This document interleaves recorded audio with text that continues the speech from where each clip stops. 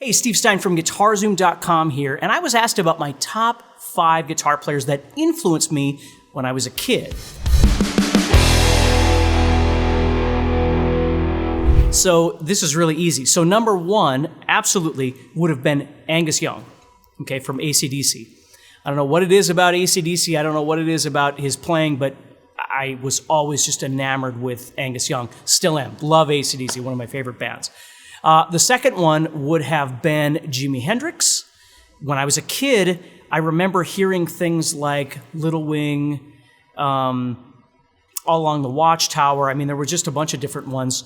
Spanish Castle Magic, and I was really into Jimi Hendrix as a kid. So that would be my second one. My third one would be probably the most important one, which would be Ace Frehley from Kiss. When I was first introduced to Ace Frehley, I was probably like, 8 years old, something like that, when I saw the album Love Gun. A cousin had it, and I immediately fell in love with Kiss, and I wanted to be Ace Frehley, and so I blame Ace Frehley for the reason why I probably didn't become a doctor or something like that. So those are the first 3. Then we move up just a little bit. We'd start getting into Randy Rhoads. That was another big one for me from Ozzy Osbourne.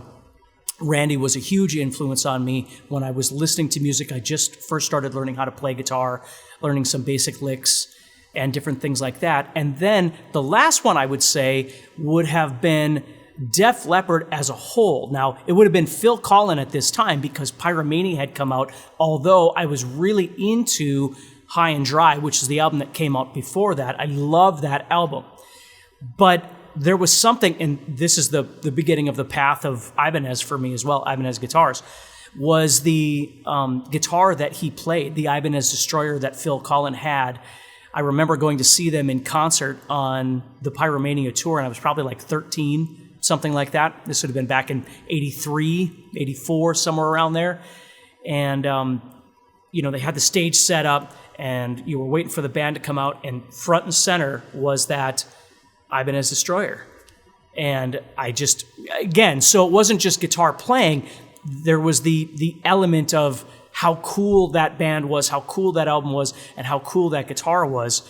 And certainly, so Phil Collen would have been another one for me in those early days. Thank you for watching this video. If you're enjoying this video and you'd like to support the channel so we can continue to bring you more free content, please take a moment to subscribe to the channel and turn on notifications and let me know what you think in the comments below. Also, if you'd like more in-depth training and courses, go to guitarzoom.com and get started for free today.